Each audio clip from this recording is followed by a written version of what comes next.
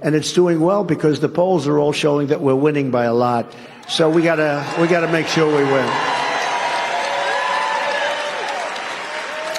And if we win, you're all getting the biggest tax cuts because we're doing additional cuts and a brand new Trump economic boom, a boom like you've never seen before, not even in our great 4 years. Donald Trump speaking there in South Carolina on the eve of a very, very big primary. We are going to get to all of it. He's warning of an impending market crash if he doesn't actually win this thing. I got to tell you, I think he's going to win it, though. Look, I'm just judging by the polls. I'm judging by what I'm seeing, unless they're able to take him down, right? Because they may actually have some success there. That is exactly what Leticia James and the judge in New York are trying to do. But you know what? He's appealing it. And I think he's got a real shot on the appeal, getting the whole thing struck down. I just want to know what the legal ramifications are for her. I mean, given that she has from the very beginning made it her mandate to go after him. Which is too male, too pale, and too stale. Woo! Okay, what a lady. Hey, we're brought to you today by LegacyPMInvestments.com. Go check them out over there. 1-866-1-800-866. Oh my goodness, you can tell it's a Friday. For goodness sakes, I'm actually, later on we're going to talk about the phone number, but suffice it to say, LegacyPMInvestments.com. Welcome to the program, everyone. I am Trish Regan. This is the Trish Regan Show. A lot going on at this very moment. Donald Trump is appealing the $355 million verdict coming out of the city of New York. And I'll tell you, Leticia James is freaking out so much that instead of giving him the normal 30-day pass that you would for anybody else, she's saying, no, I need the money now. I need it now. And if you don't have it, well, guess what? You can go sell stuff so that I can get my money.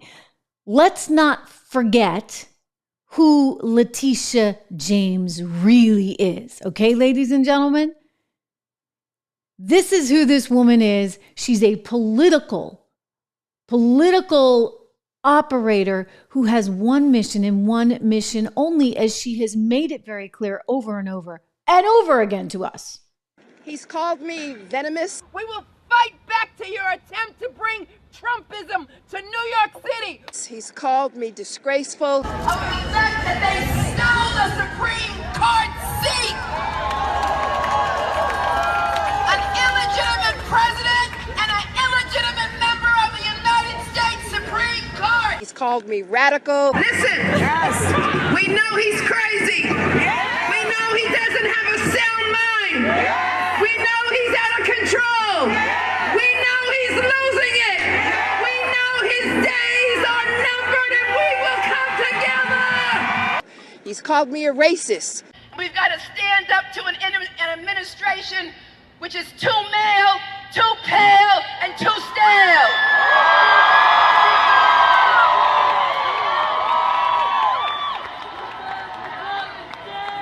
Too male, too pale, and too stale.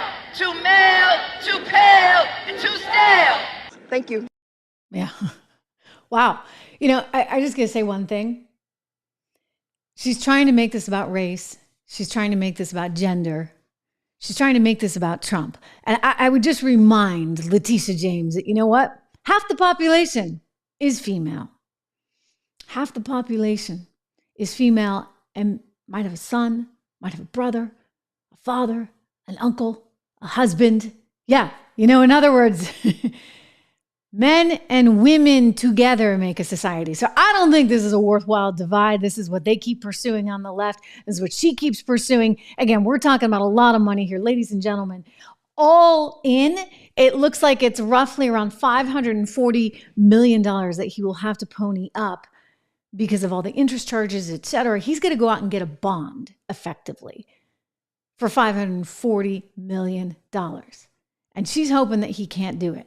Because I'll tell you, like, I think the amount of cash, it's upwards of $400 million that he would have to actually pay today. That's what the judge wants him to do. Pay it today. He's like, give me your cash, buddy, because the idea is, oh, let's prove that he doesn't have $400 million hanging around. I don't care how much money you have. You don't have $400 million hanging around in cash. Like, how would that ever be smart? Ever be smart? I mean, wouldn't you at least conservatively maybe put it in a treasury bond? I mean, we had treasury rates nearing 5% at one point. I mean, that's one trade you could go for. Nobody would just leave that kind of money earning no interest hanging around in their bank account. And they think this is funny. They're like, oh, we can prove he doesn't have $400 million. Well, yeah, duh. I mean, do you not understand the way finance works? So I don't know how much money he has. It's been reported that his combined overall worth is X number of hundreds of millions of dollars, etc. Maybe billions of dollars. It doesn't really matter here because what they're trying to do is bankrupt the guy. Because no one, whether you're Elon Musk, Jeff Bezos, or Donald Trump, no one has $400 million just hanging around, like not doing anything. Trust me, you don't actually get to be that wealthy by putting your money under the mattress. I mean, we can't all be Fannie Willis, paying our boyfriend for the cruise. She's in more trouble, by the way. It turns out he was at her house some 35 times before they were officially going out, making it look increasingly like she really did down in Fulton County just hire her boyfriend for the job, which just comes with a whole host of other issues. But I digress. Back here to this appeal. So what he's doing now is he's filing for an appeal. His lawyers are like, okay, well, this is bogus. This is ridiculous. And they're right. I mean, he was funny just down in South Carolina pointing out that he's been indicted more times than Al Capone. And you think they treat me bad, and they do. They're horrible people. These people are sick. They're sick. I've been indicted more than Alphonse Capone, the great guy. It's true. I got indicted. My parents are looking down. They're saying, I never thought this could happen to my son. He's been indicted. I didn't know what the hell the word, and it all took place instantly. If I fly over a blue state, the next day I get a federal grand jury notice. Please report. And they... some bad words coming up. Some bad words. I got to mute it because, we keep it clean for the kids. He said it's all BS. Translation. Crazy.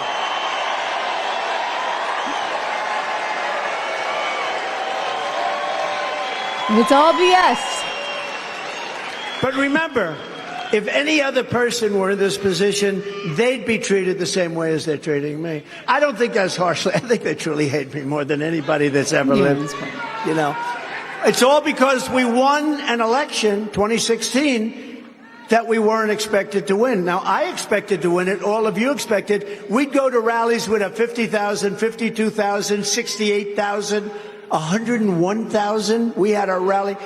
And they'd go to rally and they'd have like in the case of Biden, he'd have 8 circles, beautiful little circles. And they'd have to use the media to stand them because they had no people.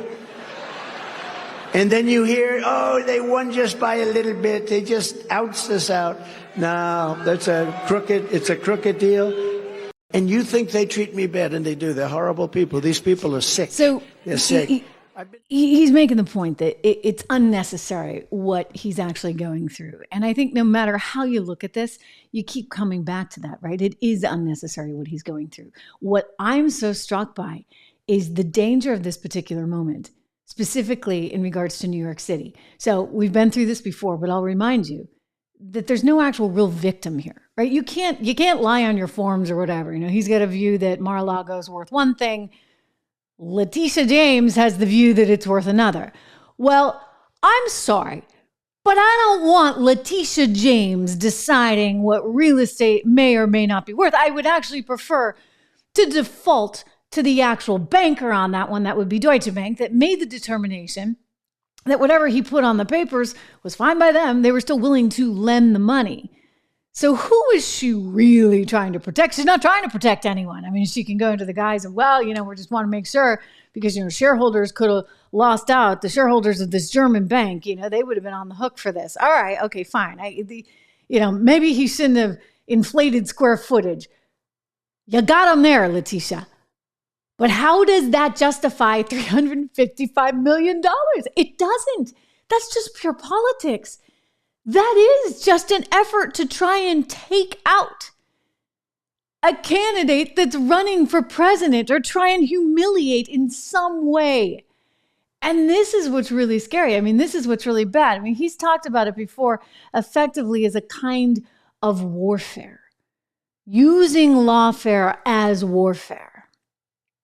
Is being attacked while inflation is eating our country alive. I'm down here, and these are all political opponent attack ads by the Biden administration. Their poll numbers are terrible. You saw what happened today. The New York Times and CBS came out with a poll that I'm leading all over the place, but it's a very unfair situation. This is really election interference. That's all it is. This trial is ridiculous. The numbers are much greater than on the financial statement, and we've already proven that. They said Mar-a-Lago's worth $18 million. Mar-a-Lago's worth anywhere from probably 50 to 100 times more than that. And it's a terrible, terrible thing. These are political operatives that I'm going to be dealing with right now. You have a racist attorney general who made some terrible statements, and we just see some more that came over the wires today. It's a very sad situation for our country. We shouldn't have this. This is for third world countries, and it's very unfair. It's very unfair. But in the meantime, the people of the country understand it, they see it, and they don't like it. They don't like it because it's political warfare, as you would call it, or political lawfare. Another name. I got a lot of names for it, but usually it takes place in third world countries and banana republics. Nobody's ever seen that to this extent. We've never seen it here. But we will go along, and we will hopefully do very well in every regard. We'll win the election, and we'll make America great again. That's what we're going to do. We're going to make America great again. But we have to take away from the thugs that we deal with and the horrible people that actually must hate our country to do this. But we will we'll fight very hard for our country. Thank you very much, everybody. So this was Donald Trump just a few weeks ago as this trial was going on. Actually, I shouldn't even say trial. They had already made the decision that he was guilty of this. And so they were just trying to determine the fees. And wow, I mean, massive, $355 million. And then when you pile everything else on and all these other fees associated with it, somehow you get to a number of around $400 and change million. And then you think about the interest, and they're talking about like $86,000, $87,000 a day in interest. Then you're up around the need for a loan of $500 million, ladies and gentlemen, $540 million. That would be greater than $500 million that New York wants from. I mean, guys, I knew it was tough in New York City. I knew that, everybody's moved out. You haven't been able to collect the tax revenue. You think this is your way in? Meanwhile, Leticia James also coming out because she's flipping out right now, totally freaked out. She came out and said, you know what, Donald Trump, you can't relocate your company to Florida. How does Leticia get to make that decision? Can I just ask? I mean, really and truly, if you have a company and you want to relocate it, how can somebody in the state of New York say, nope, you're right here. You're right here and you're not going anywhere? I mean, I kind of find it funny because wasn't she the one that wanted to run him out of town? No. You see, she just wants to run him into jail, into bankruptcy jail, to make sure that he has no money for himself, for his children, for future generations. This is troubling. I mean, look, it'll all get reversed in my estimation on an appeal. And maybe they slap him with something because they're like, you weren't entirely truthful in those documents about the square footage. Okay, you got him on that. So $355 million is your answer to that? I don't think so, ladies and gentlemen. I don't think so, because it's telling every business owner forever, like if you have any screw up, even though you put all the disclosures in there, if you dare to think that your property's worth something and Leticia James comes out of nowhere and decides, nope, I think it's worth that, then you're then liable and you're going to have to pay this money as you wait for the appeals court to take it on. And then assuming you get a crazy appeals court, what are we going to take this all the way to the Supreme Court? I'll tell you, we'll do it if we have to, right? Because you can't allow this to happen in the United States of America. Granted, they do hate him, as he points out, more than others. So one hopes that this just can't happen to your average person walking down the street. But hey, maybe it could. because this is some pretty scary precedent, shall we say. I mean, really, really scary precedent. Let me just walk you through the mechanics of the bail bond. So basically, and it's not a bail bond. It's not like he's going and getting bail bond. But, I started my career on the emerging debt markets desk at a major investment bank at Goldman Sachs, and we were trading Venezuela, Argentina, Mexico, and Brazil. Okay, so this is emerging markets. So the point is, if Argentina could get some debt offerings and a debt market going, or Venezuela could get a bond market going, trust me, there's a buyer and a seller for everything, including this $500 and some odd million loan that he's going to need. Now he's got various collateral, et cetera, but then you have to look at it and say, okay, well, is Trump Tower already tied up? Is it collateral for something else? I mean, it's probably a pretty sophisticated financial portfolio. And so then you have to go around and say, okay, what's available to use as collateral? In other words, if you have a mortgage on your house, you can't use that house as collateral. So they're going to have to go through and figure out, okay, what's available. But I suspect he'll be able to pull this one off. And lucky for him, hey, interest rates are relatively low, right? But he shouldn't have to deal with this, ladies and gentlemen. Like, he really and truly should not have to deal with this. And I'd like to know, what's the recourse? I don't think there is any. In other words, he goes through this whole process. He turns over all this money. He loses all this money in terms of legal fees, in terms of the interest costs that he's going to pay to finance this situation, to protect himself from these vultures there in New York City. And he's kind of stuck. I mean, he gets it. Look, the stakes are pretty high at this moment in time, as he's saying there on the eve of South Carolina, as voters prepare to go to the polls right now. He gets how serious this is. I want you to hear him speaking there at a rally in South Carolina saying, look, we need to beat Biden. It's critical that we beat Biden. Watch.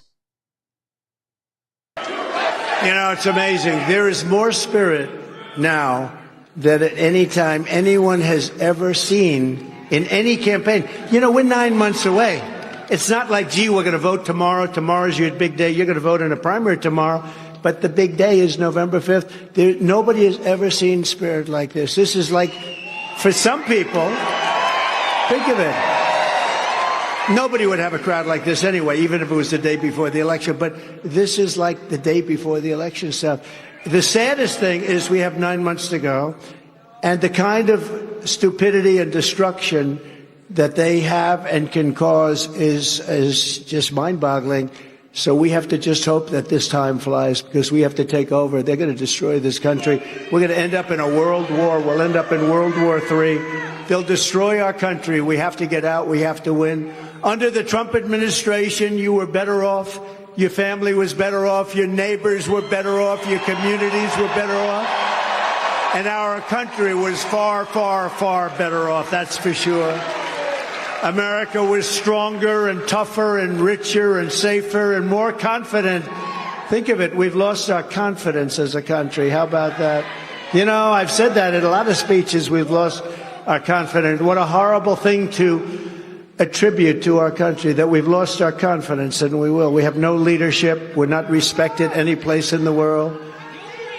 But I'm more confident than ever that we will soon be sitting behind that beautiful Resolute desk in the Oval Office, and we'll bring it back quickly. Can you feel the stress level going on over at places like MSNBC or The View right about now?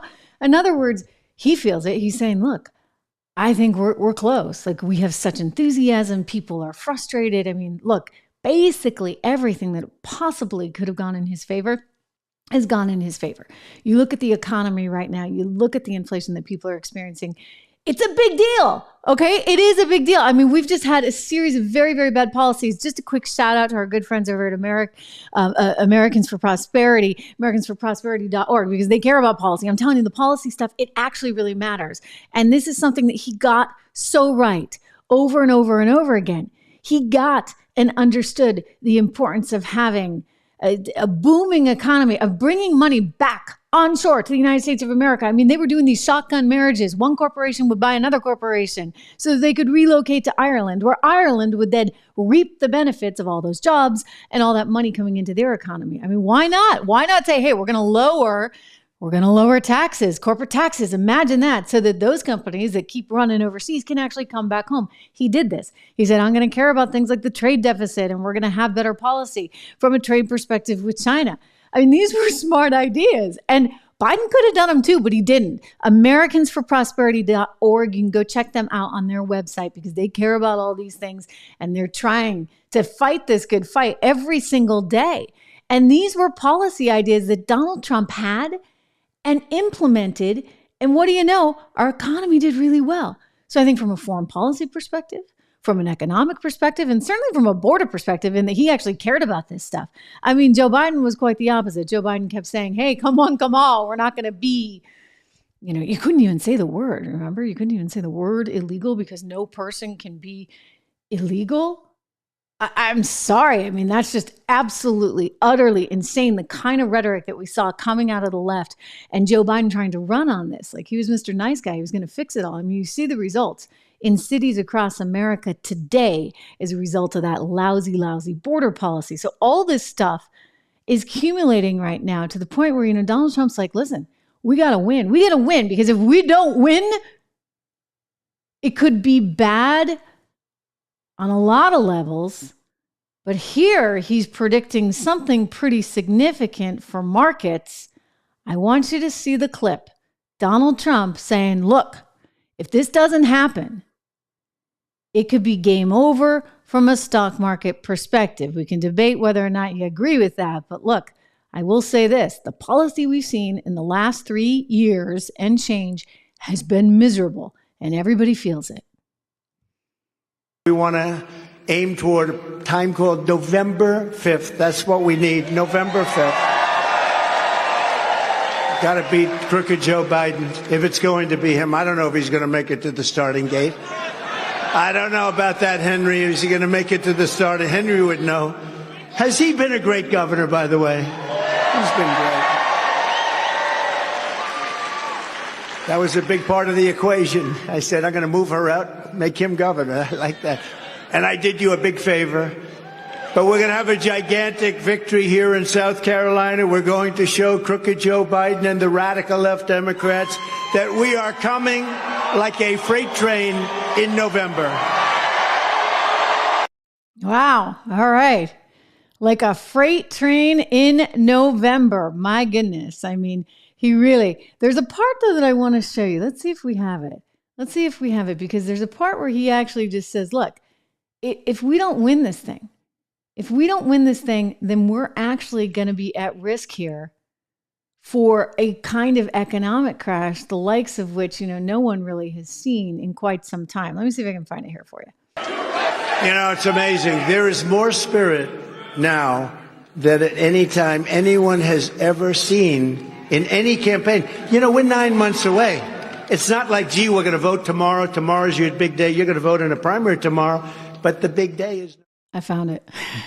Donald Trump predicting that if he's not elected president, we're going to have some serious problems, specifically as it relates to the stock market. We will bring our country back from hell. Our country has been through hell. When you think about what happened in Afghanistan, all the things that took place, our country's been through hell. We're laughed at all over the world. Crooked Joe is now pushing a $6 trillion tax hike.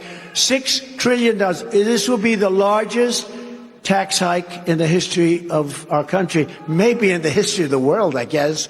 And if he wins, that's what's in store for the hardworking people of South Carolina, a wonderful state that we work so closely with Henry and everybody. And we had it to a level that it's never seen before. And now it's never going to be quite like that. It can't be, but it's just going off. The stock market is up.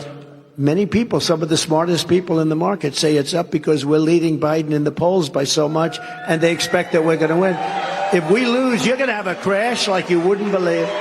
If we lose, that's an incentive if you have stock. If we have a tragedy happen on November 5th, it would be a tragedy in the opinion of many, and in my opinion, you will have the largest stock market crash we've ever had, because a lot of the stock market, because the only thing that's doing well is the stock market, and it's doing well because the polls are all showing that we're winning by a lot. So we gotta make sure we win. And if we win, you're all getting the biggest tax cuts because we're doing additional cuts and a brand new Trump economic boom, a boom like you've never seen before, not even in our great 4 years. Did you hear that? You're getting the biggest tax cut. A Trump economic boom will be coming. Listen, I think he's serious on that. Of course, he's got to get Congress shored up, right? You need to have a majority in the Senate, you want to have a majority in Congress. It's kind of tough if you're just the president, right? You don't have everybody kind of doing what you need them to do. So that could be tricky, but he's promising big tax cuts. Look, I read every tax policy way back in 2016, every single one of them from every Republican contender. By far, his was the best. Everybody was laughing like, oh, this is impossible. He wants to lower capital gains. He wants to... Look at what he did. Even people are like, oh, he just gave away so much money to the millionaires. He actually didn't, because a lot of those people live in New York and in California. And by saying, hey, guys, you can't deduct your state and local taxes anymore, he raised taxes in the city of New York. See, they're still bitter over that. That's why Leticia James wants to get him for $355 million. They need the cash in New York City. Look, everybody left. Everybody left and went to Florida or Texas or New Hampshire or anywhere where they don't have a state income tax. And they're happier because of it. So look, I mean, you can understand why they're so nervous about him coming back. I would just say from an economic perspective, yeah, like he had good ideas. Larry Kudlow, a former co-host of mine, was there in the White House with him on his economic team. He had Steve Moore, really smart guy, former op-ed writer there, or op-ed, I should say, editorial team at the Wall Street Journal, whom I've known many, many years, a brilliant economist. I mean, there were really smart people around him. Art Laffer as well. You know, he's the guy who got all the Regan tax cuts through. These are smart people who understand economics. And look, it's not that hard. You just lower taxes to the point where it makes sense, right? You've got to have this. That's the Laffer curve. You've got to have this balance. And Trump did that. Is the stock market up because of Trump? I'm curious to, this is a live show. You guys can let me know what you think on that. I think that's part of it. I think that actually there is some hope that there will be better policy. And look, investors can tell you whatever they want. They are trying to look out to what the policy is going to be in the future. So one, yes, that affects things. But of course, you got other stuff going on, which is this whole AI craze, et cetera. And because of the excitement over what this could mean for the future. You've heard me talk about like Web 3.0 or the metaverse or just artificial intelligence and what that means in terms of productivity, et cetera. Those are real things. And so I don't think we've fully experienced the boom that will come from that. So that's part of why the market's higher as well. And then, of course, the expectation the Fed's not going to get off its you-know-what, right? Because they're fine with inflation because they're trying to do Joe Biden a favor.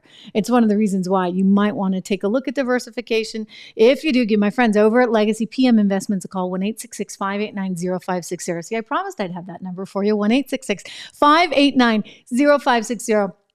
Gold is one of the ways that you might look at diversifying things if you're worried about inflation in the long term. And look, there's reason to be worried. I mean, when you look at, for example, wages versus inflation right now, this is why people feel so bad. This is why you can say, oh yeah, wages are going up. But when you compare them to the cost of everything, it's no good. And this is why people feel so miserable. I mean, that and, a few other reasons, right?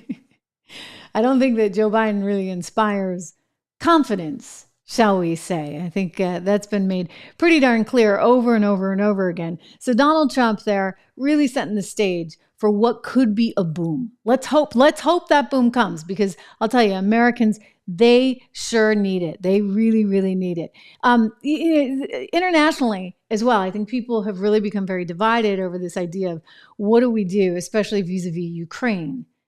And there's a growing school of thought as we look at our escalating debt, 34 trillion and still counting, that maybe we bit off a little more than we could chew, that maybe NATO was expanding too fast. Look, it's tough. You're in this situation now. What do you do?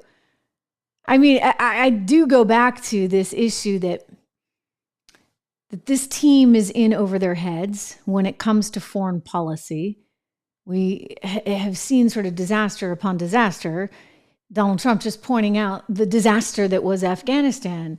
They were so glued to getting out of there, they didn't really think through the repercussions of moving so quickly. And they didn't leave even just a ragtag team on the ground to deal with it. So there were some major mistakes there. And now we're in quite a situation, shall we say, with Russia. So Tucker Carlson went over there recently, my former colleague at Fox, and he did a big, long interview with Vladimir Putin. The media went wild. They were furious. How dare you? How dare you? How dare you? I mean, you should have heard Chris Wallace over at CNN. Maybe just a little competitive, I'm guessing, just a teeny tiny bit competitive with Tucker Carlson. He was so proud that he had interviewed Putin himself years ago, Chris Wallace, that is. And, you know, he didn't like that Tucker got this interview. Okay, whatever. Get over yourself. I mean, the reality is, as I see it as a journalist, you know what? You need more information. The more information we have, even if it's biased, even if it's coming from a particular point of view, even if it's propaganda, I want to hear it. I want to know what they're saying. I want to know the propaganda, right? I mean, why wouldn't you? Why would you just say, okay, that's off limits? I'm not going to hear that. I'm just like a little kid going to stomp my feet and close my ears. I mean, that's what they apparently are doing at Fox. And there seems to be this frustration that Tucker got this interview. How dare he? And you hear it from one of the board members, Paul Ryan, former politician, Speaker Ryan, and you're hearing it even sort of in just the timing of another anchor from Fox going over to Ukraine and sitting down with Zelensky. But first, you know, Paul Ryan, he's got a short little snippet here. He's very worried about the world. He's worried about the world because of Trump, because of Tucker, because of Ukraine. What worries me more, and not just Tucker, that's a symptom of all this, is that they're curating sympathy in America. And they're helping nurture and develop an isolationist wing in my party and in our country, which I think is very, very dangerous. They're developing, people who want to see NATO reduced or NATO not adhered to. Obviously, former President Trump is pushing this line as well. So what I very much worry about is they're helping curate a line of thought, a school of thought that is isolationist, that is pro-Putin, pro-Russia, pro-tyranny at the end of the day. And that is extremely dangerous for all democracy, but for us as ourselves, democracy. And so what I see Tucker is just one little chapter in that story. I didn't watch that whole interview. I watched a little bit of it, but it just looked like a kind of an infomercial for Putin to be able to push his propaganda. Does anyone find it kind of interesting that none of these people that complain about the interview actually watched it? Because, there's one other guy who ought to watch it. That would be the president of Ukraine. So almost in sort of keeping with the step there, like, okay, Tucker bad, U.S. Biden good. You have a Fox anchor going over to Ukraine to sit down with Zelensky and get his read on things. Of course, Zelensky never bothered to watch the interview either. Amazing, right? Again, I'm just saying, like, don't you want the information, even if you know it's coming with spin, even if it's going to annoy you, even if you know it's all untrue, whatever it may be, you got to know the direction from which they're coming from. I mean, it's one of the reasons why I play MSNBC and The View and some of these other things for you guys, right? Because you need to know where the other side stands. You can't just close your eyes because you don't like the way it sounds. Take a peek. My former colleague, Tucker Carlson, recently traveled to Moscow and sat down for an interview with Vladimir Putin. Did you happen to see that or coverage of it? I heard some messages and in media, and also my guys who are advisors, they said. So I don't have I don't have time to hear more than 2 hours of bullshit about us, about the world, about the United States, about our relations, and this interview with a killer. So I've got some briefly what was there. One of the things he did say is that you signed a decree forbidding any negotiations with Russia and that he said Russia has never refused to negotiate. Росія відмовилася. So it's not negotiations. I mean, negotiations with tanks, with occupation of Ukraine, with destroying our people. It's not about negotiations. That's first thing. Secondly, everyone knows and everyone will tell you, both Macron and Scholz, they talked to Putin before the occupation, and he told that there would be no occupation, there would be no invasion, and like after that, just half an hour before the invasion, he sent them a note. So he can't be trusted, and whatever he's promising, well, that's nothing. He also said that he has no interest in going into Poland, Latvia, or anywhere else. Do you think that that's part of the Shit. that you said? Yes. Дивіться. Look, first of all, I believe that he's not really an adequate person, and he's not really, doesn't really remember what he's saying in different interviews. People around him, they're saying that he's not willing to stop until they reach their goals. But he also calls you a neo-Nazi, by the way, and says you have Nazis in your administration. I heard about this. Keep searching for them in administration, but I couldn't find it. But we'll keep working, keep searching. So interesting. And by the way, again, in the spirit of all information, go for it. Go do that interview. I mean, I'm glad that Fox did that. I'm glad that Tucker did what he did. We need to hear from all sides, and you need to push all sides on these things. And you can't just shut off one because you don't like it. Look, I would say this, Donald Trump has been making this point from the very, very beginning, that NATO actually does need to pay its fair share, that NATO actually needs to step it up. You know, the whole point of NATO is that every country is supposed to step forward with a certain percentage of their GDP and contribute to it. So it doesn't all come back to one nation, which would be the United States of America. You know, it's all been sort of on us. And Europe laughs at us. And I think it's high time we just say, all right, you know what? If we're in this, we're in it together. And let's make educated decisions about whether it really makes sense to expand.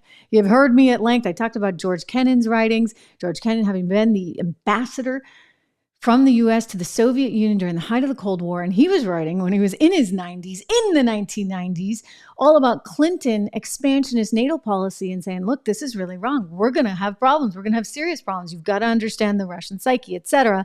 And if you don't understand that, then, you know, all bets are off. Well, Donald Trump seems to understand it without having read any of George Kennan's writings. Again, I think that he's got sort of a sixth sense and a very intuitive side to him that sort of gets some of these challenges from a foreign relations perspective. And it's throwing everybody off. And they're just flipping out. They do not want him to win. And yet the people of America increasingly are showing that they want this leadership. Let me show you another clip. Donald Trump there speaking moments ago. He's saying, listen, forget, ladies and gentlemen, forget Bidenomics. We need more MAGAnomics. Take a peek. What they did in 2020 is disgraceful. And look what happened. Look what happened to our country. You have wars that never would have taken place. Russia would have never attacked Ukraine. Israel would have never been attacked. You wouldn't have had inflation. It was all caused by the energy.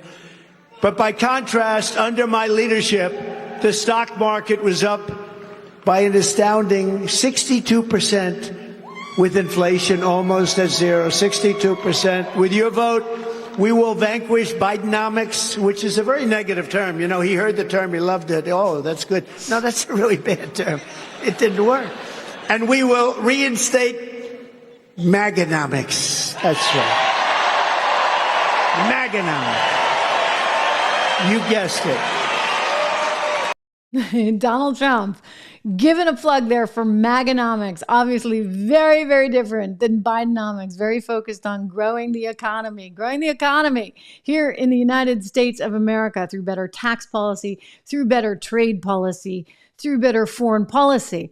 Look, America wants that. America needs that.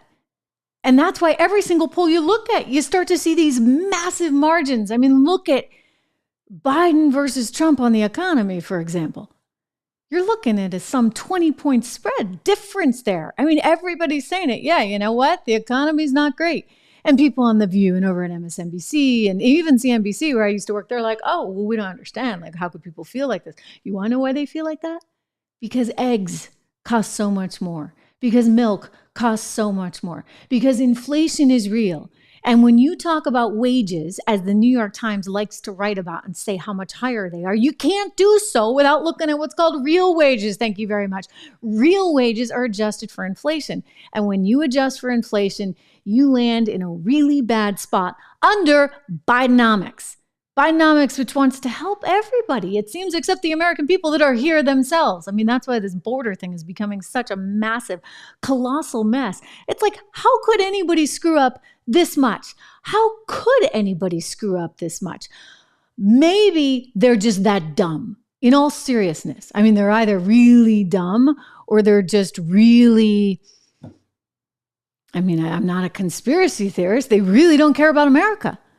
I will say this. John McCain, I know not everybody loves John McCain, but he had his strengths too. And he, 10 years ago, in 2014, he warned of Blinken, who's now our Secretary of State. He wouldn't even vote for him to be Deputy Secretary of State under Barack Obama because he said, you know what? The guy's a disaster. I want to play this for you because it's 10 years ago and it's eerie because it's all come true. Watch. John McCain speaking on the floor of the U.S. Senate building. Madam President, I rise to discuss my opposition to the pending vote concerning Mr. Tony Blinken, who is not only unqualified, but in fact, in my view, one of the worst selections of a very bad lot that this president has chosen. I hope that many of my colleagues will understand that not often do I come to the floor to oppose a nomination of the President of the United States because I believe that elections have consequences. In this case, this individual has actually been dangerous to America and to the young men and women who are fighting and serving it. Let's just review some of the elements in particular and Mr. Blinken's role in conceptualizing and furthering it. U.S. foreign policy is in a shambles. It's at best a strategic and at worst anti-strategic. I'll move on to Afghanistan. Mr. Blinken said, quote, "We've been very clear. We've been consistent. The war will be concluded by the end of 2014. We have a timetable, and that timetable will not change." This is why I'm so worried about him being in the position that he's in. Because if they stick to that timetable, I am telling my colleagues that we will see the replay of Iraq all over again. We must leave a stabilizing force behind of a few thousand troops, or we will see again what we saw. This is in 2014. So let's move on to Syria. Okay, so he laid it all out. He's like, this guy who wants to be our Deputy Secretary of State, he's no good. He's so fixated on getting out of Afghanistan that we're going to have a whole host of other problems. What do you think we have, ladies and gentlemen? A whole host of other problems. And so Donald Trump is right to point to the disaster after disaster after disaster. It's like, how could you guys have planned it like this? I mean, it's amazing, right? Because it's actually not that hard. It's really not that hard. You put the right kind of tax policies in place so that you encourage this meritocracy that we are, and you just unleash it. Let America go, because Americans are hardworking. They're people that want to prosper. They're the people that want to succeed. But if you do stupid stuff like, hey, come one, come all, we'll give you a cell phone, we'll give you a hotel room, we'll give you free health care, as Gavin Newsom's trying to do in the state of California, well, then you're going to have a border crisis on your hands. I mean, Trump was even dealing with this in a challenging way, right? He was trying to confront this, hence the wall. And now Biden's like trying to back off. Oh, maybe they're like trying to say they're strong on the border now. I'm like, wait a second, isn't this the stuff that like, you don't want to admit to? So we're living in some really strange, weird, kind of bizarre times. And I think everything in this environment, everything, literally everything, is favoring Trump. So what do? They circle back to, well, what can we get him on legally? Hey, it's a live show, so thank you for some of the compliments I'm seeing out there. You guys are very lovely. And thank you for the comps. I feel pretty great. I feel really good. And I think part of it has a little something to do with the supplement that I've been taking lately, the veggie capsules, fruits and veggies. Because, I don't really like to eat my fruits and veggies. I mean, they're okay. I like veggies more than fruits probably. But I feel better knowing that I'm getting them thanks to Balance of Nature. You can get them too. They've been around for many years. Actually, go to their website, check it out, balanceofnature.com. They've been around for like 20 years. Really phenomenal sort of story of origins. They've got the whole thing there on the website. You can read all about it. And like I said, I mean, I feel better. And I think it's probably in part because of taking the fruit and veggie capsules. So I encourage you to check this out. Balanceofnature.com. You can get 35% off if you use the code word Trish. So make sure you do that. 35% off. Balance of Nature, balanceofnature.com. You can also give them a ring, 1-800-246-8751, 1-800-246-8751. Again, it's balanceofnature.com, code Trish for 35% off. And thank you very much. I do feel good. And I love getting those lovely compliments from you guys. So thank you for that. But again, back to task at hand here. He's got to get a bail bond at this point. I mean, I'm calling it a bail bond. It's really not a bail bond. It's kind of a different thing. But he does have to finance this with some kind of bridge loan or whatever you want to call it, right? Because you're looking at a grand total of $540 million that he's got to raise. Now, he's got some pluses along the way. For example, Truth Social. I'm over on Trish Social, by the way, Truth Social, which is part of his social media company at Trish Regan. And this is the company that he started in part because, funny enough, he got kicked off of Twitter and Facebook. And so the response was to go out and start his own thing. And then there was this whole back and forth. The SEC was investigating whether or not he could really take it public through the SPAC vehicle, which was Digital World Acquisition Corporation, DWAC. And it turns out they ruled last week, you know what? You could. So shares shot way up. And because of that, he could actually be, we'll see how it all shakes out. But if this merger closes next month as it's expected to, he's looking at sitting on some $4 billion worth of wealth. Again, it's paper wealth because, nobody would actually just, even if he did cash it in all the stock, you're not going to just leave it under the mattress, right? Again, point in fact, when they say, oh, he doesn't have $400 million. Well, again, nobody really has. The Elon Musk doesn't have $400 million just hanging around. He could liquidate stuff. And that's what Leticia James wants to do. She wants to force him to liquidate everything he owns and to somehow, this is so weird. It's really, I'm troubled by it. I'm really, really, really troubled by it, as is he. And you think they treat me bad, and they do. They're horrible people. These people are sick. They're sick. I've been indicted more than Alphonse Capone, the great guy. It's true. I got indicted. My parents are looking down. They're saying, I never thought this could happen to my son. He's been indicted. I didn't know what the hell the word, and it all took place instantly. If I fly over a blue state, the next day I get a federal grand jury notice. Please report.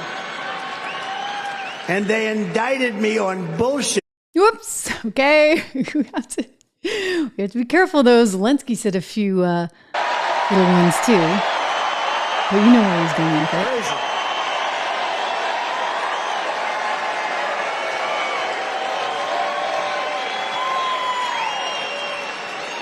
But remember, if any other person were in this position, they'd be treated the same way as they're treating me. I don't think that's harshly. I think they truly hate me more than anybody that's ever lived.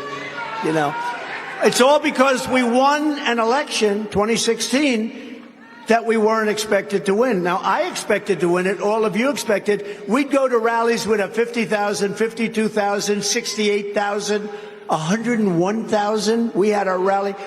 And they'd go to rally and they'd have like in the case of Biden, he'd have 8 circles, beautiful little circles. And they'd have to use the media to stand them because they had no people. And then you hear, oh, they won just by a little bit. They just ounced us out. No, it's a crooked deal. And you think they treat me bad, and they do. They're horrible Yeah, people. I mean, These people are look, sick. it is. They're sick. It's pretty. I've been egregious. indicted more than Alphonse Capone. No matter which way you slice this, and I mean, all of these suits like have their own peculiar aspects to them. Fannie Willis and Fulton County included. I mean, you want to talk political there too. Plus, she's got her boyfriend that she's paying. Per the allegations, news out today that he visited her house 35 times. I mean, you just don't go to your boss's house, right? 35 times. And I mean, unless. So Fannie doing something she shouldn't have, shall we say. And that's all going down. And yet, love is in the air because they're going after Donald Trump. It's like the Lisa Page and Peter Strzok thing, right? What is the deal here? I mean, people, come on. So it's very politically motivated. And that's just scary because it really does feel like Latin America. I've spent enough time. You heard me talking about how I that was my first real job was actually on the sovereign debt market desk at a major bank. And we were trading Venezuela, Argentina, Mexico, Brazil, all this sovereign debt from these places where you had exactly this kind of problem. In fact, I look at Brazil today. I mean, Lula, for goodness sakes, he's the now president of Brazil. He's already done his time in jail. And his vice president, Dilma Rousseff, she did her time in jail too. I mean, is that what we're going to turn into? You got to do your jail time and then you come back out, you run again. This is not good. And it's actually putting us on a really scary and really dangerous path. You know it, I know it. And I think that all the independents right now in the middle, they know it too.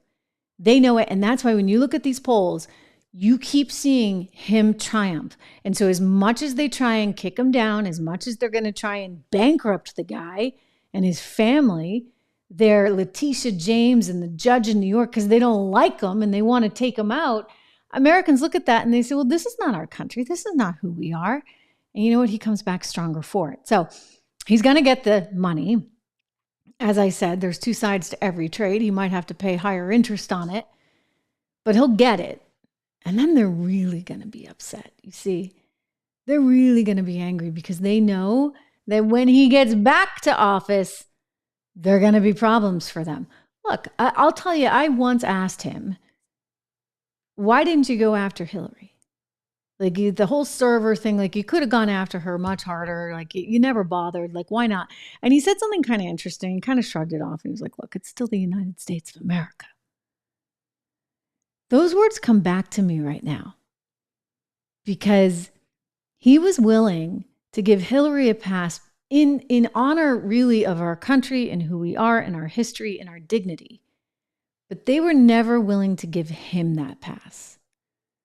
And so now the gloves are off. Now it's open season. They did this. So if he gets back in there, they're going to be people that have some problems. Because if you have, as it has been alleged by Matt Taibbi's reporting, this is a guy that worked at Rolling Stone magazine for many, many years, was kind of a lefty. Now he's like, whoa. I mean, he's there to testify about the Twitter files. And ahead of his testimony, he's got the IRS showing up at his house. Because he had access to the Twitter files where you had the State Department saying, okay, you can do this, you can't do that. And he was going to expose all that. And then you think about his other big story right now where he's talking about some 26 people that were associates of Donald Trump were profiled by the CIA.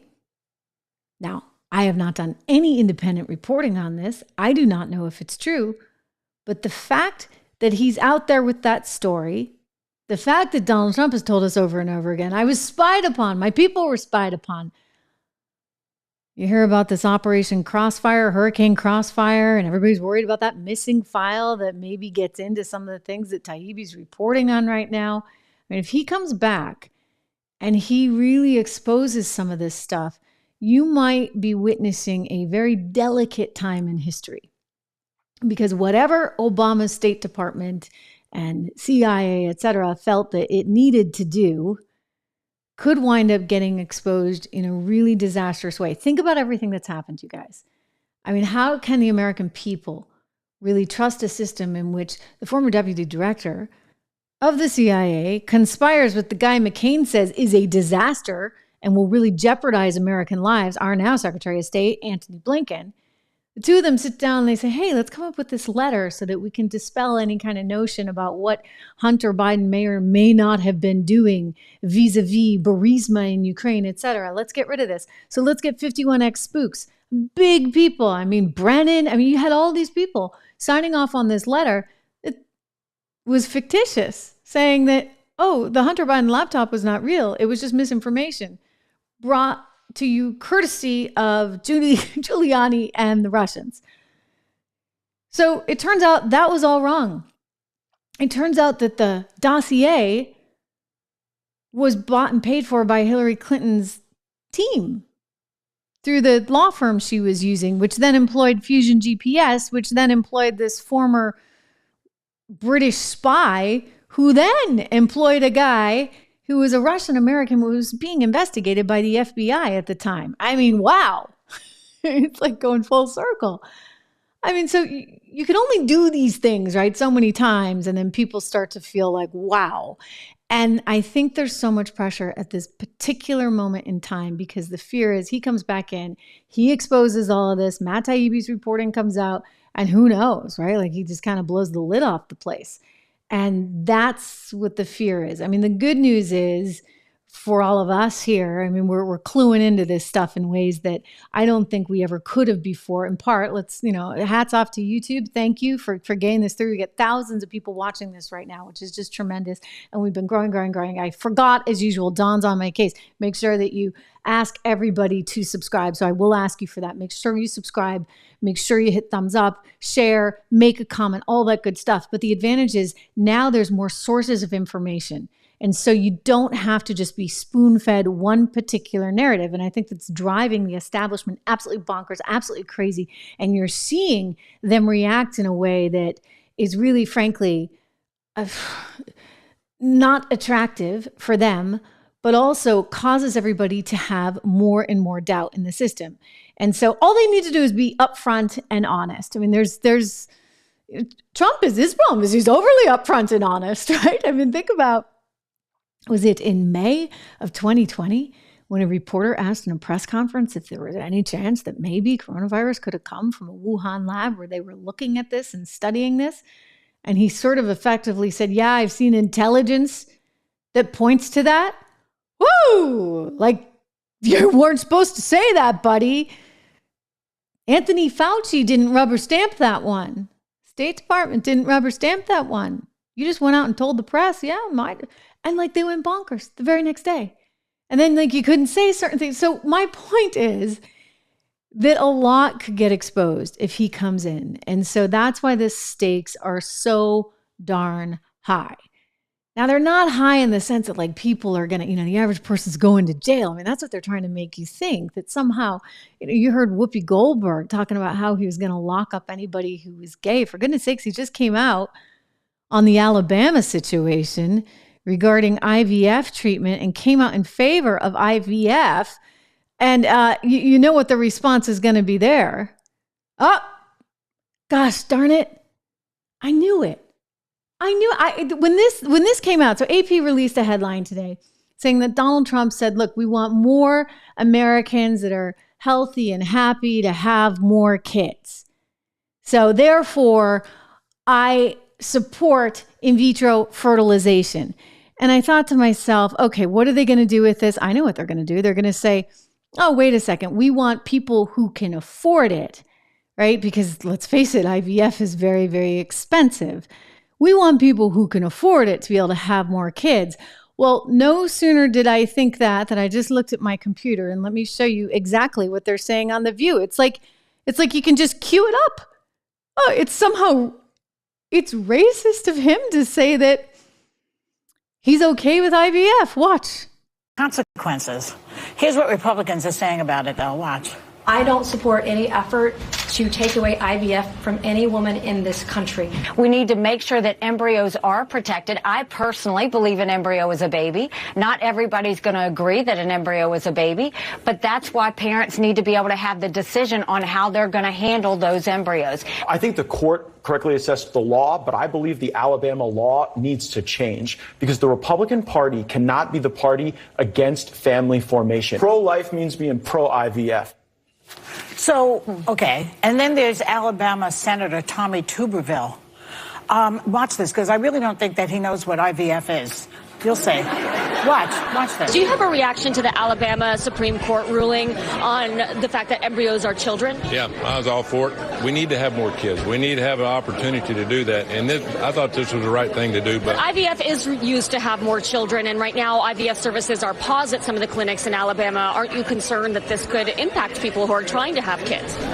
Well, that's for another conversation. People need to have. We need more kids. We need the people to have the opportunity to have kids. Senator, what do you say to the women right now in Alabama who no longer have access to IVF, or who will not, as a result of this ruling?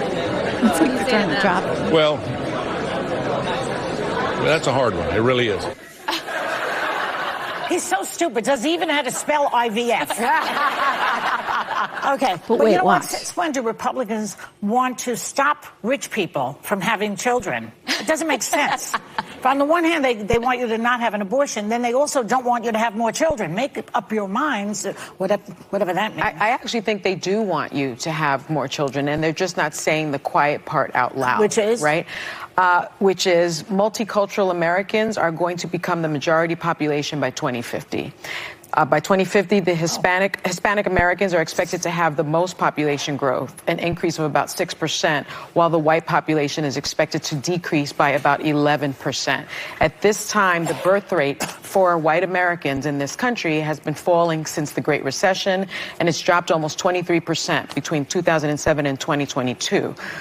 So, but wouldn't more white women be getting the IVF? So that increases that's why they want IVF. But they can't say, yes, an embryo. They're coming out sort of against it and not being able to explain why. They want to have more American white children born because the birth rate has gone down. Okay, so I don't see it. I don't see this as a race issue. What I see is what did I tell you? I hadn't even watched that episode. But as soon as the news crossed, that Donald Trump was saying, hey, we need more kids. We want healthy, happy families and kids. As soon as that crossed, I'm like, okay, so how are they going to go after him on this one? Bingo! They'd already beat me to it. Because Donald Trump hadn't said anything on IVF, and they were already all over it this morning on The View. So think about that, guys, how they want to make everything so polarized. Trust me. You're not going to change those demographics with IVF, okay? There aren't enough people with enough money to be able to do that in this country. You're not going to change it with IVF, but they're going to make this about that. So it's like, what do you do? I mean, you can't win. You say it's a sunny day, they say it's rainy. You say, a glass half full, they say it's empty. I mean, this is the environment in which we're living in. If he had come out against it, they would have gone after him for that. I mean, you just honestly cannot win with this crew, with this team in this time. So, with that in mind, I guess he really does have to win, right? It's amazing. There is more spirit now that at any time anyone has ever seen in any campaign. We're 9 months away. It's not like, gee, we're going to vote tomorrow. Tomorrow's your big day. You're going to vote in a primary tomorrow. But the big day is November 5th. Nobody has ever seen spirit like this. This is like, for some people, think of it.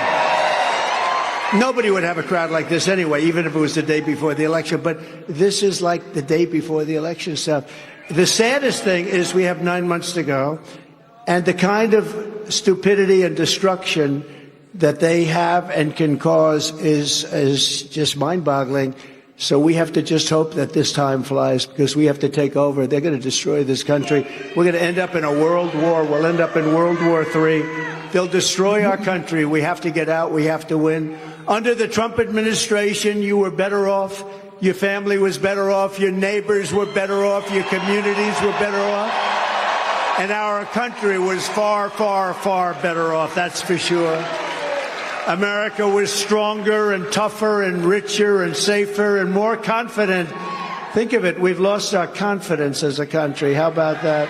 You know, I've said that in a lot of speeches. We've lost our confidence. What a horrible thing to attribute to our country. Listen, when you lose your confidence as a nation, you lose a lot, and you understand why we've lost our confidence. I mean, think about how difficult it is to even just communicate with one another, and how you're living in such a polarized environment, and somehow, you know, being too male, too pale, and too stale, to quote Leticia James, right, is a real problem. I mean, they just want to cut off half the country. So they're going after men. They've gone after women. This whole Karen thing, really, it comes from them, because they're trying to basically take the legs out of any middle-aged woman who's trying to maybe protect her family. You remember the poor woman on the bike? She was a nurse in New York City, and she was crying as they took her city bike from her, this group of minority men, and she started crying, and they made her out to be this massive Karen online. It was like, you can't speak up. You, as a human being, you're not allowed to, because, well, the other side is I mean, it's a really strange phenomenon, and it's very anti-American. It's very anti-justice. It's a very unfair, very frightening scenario. And so I think they're systematically trying to really rob people of these opportunities, all in the name of like fixing something else from before. I mean, it's frightening. I think that this is a challenge time. I think that Donald Trump is going to continue seeing success in the polls. I'm pretty sure he's going to get the money together, and he's going to finance the situation in New York to keep Letitia and company happy. And then we'll see where we go from there. I'm just looking at some of your comments here. It is really good to see so many of you. David, welcome back. Mark Johnson. Yeah, they are a bunch of commies. I mean, really, I don't know how else you describe them at this point. Leslie, really good to see you. I love that you said that. Leslie pointing out, you know what, her sister's totally woke and she's not, and yet they have wonderful conversations. Oh, no, you're teasing me. She said we don't have wonderful conversations. I'm sorry, Leslie, and I'm sorry for your sister, because I'm sure she could benefit from having that conversation. I mean, look, you just need to be able to hear the other side. And when we live in a world in which, you know, you can't interview Putin for 2 hours. Putin, sorry. That's my New England mitten thing coming out. We say mitten, we say kitten, and we say Putin. Anyway, then you're in a problem, right? I mean, when Leslie can't talk to her sister, Tom, it's good to see you. Letitia is on a roll, apparently. Not a good one, though, because this is really, really bad precedent. What I think ultimately happens is the appeals court says, see ya. He appeals. They say it's all bogus. They change the fine. But think of the damage done in the meantime. So then the question becomes, is it election interference? Ultimately, is that just what went down? He's going to say yes. And I think he's on to something, all right? Like, how else do you describe this right now? They're trying to take him out. And every time they try, they can't, right? Like, they keep running into disasters. I'm waiting for the ruling there in Fulton County, because I think they're going to have to take Ms. Fannie Willis off the case. It's come out today, ladies and gentlemen. Fannie Willis, the intrepid prosecutor there, the DA in Fulton County, Georgia, who's just had one screw up after another, including, by the way, releasing the indictment before it had even been handed to the judge by the jury and handed to her. And she blames her clerk for that one. Anyway, she's got all kinds of problems, because it turns out that she might have had something going on the side with the guy that she then put in place to be prosecuting this thing, Nathan Wade. So Mr. Wade got a really plum new gig and made a whole lot more money thanks to his alleged girlfriend giving him the gig. And she's like, no. We didn't have anything together back then. No. But now it's come out that apparently he was at her house like 35 times. I don't know how they figured that one out, but wow. Yeah, Teflon Don. Given new meaning to the term Teflon Don, Vikas is saying here on the chat. Look, that's so funny. Don, you actually know one of my producers, don't you? He's talking about Drew. He hears me refer to Drew. We're going to get Drew a microphone so next time he can talk. Drew is actually, yes, at CPAC today, and he's talking to all of those guys. So we'll start, we got to get Byron. I think we got to get on next week. What do you think about talking to Byron? I know Don doesn't think he's going to be the VP because of the Florida thing and the 12th Amendment. And you could be right, Don, but there's some good contenders out there, very much so, for the actual VP slot. I'm just reading, phone data. Phone data, you guys, you're on it, right? You can ping where the phone was so you can go back and look, see where was that phone at this particular time. And they found out that Fani Willis and Nathan Wade were together at her house a variety of times, multiple times, 35 times, I believe, before she gave him the job. It's quite an audition. All right, I couldn't resist, right? I just couldn't resist. Hey, listen, great to see you guys. I love having you here. We've got a good thing going, and it's really fun to see so many regulars here on Team Trish, right? Team Trish.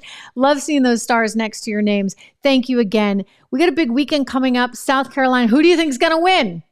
Tell me in the comments below.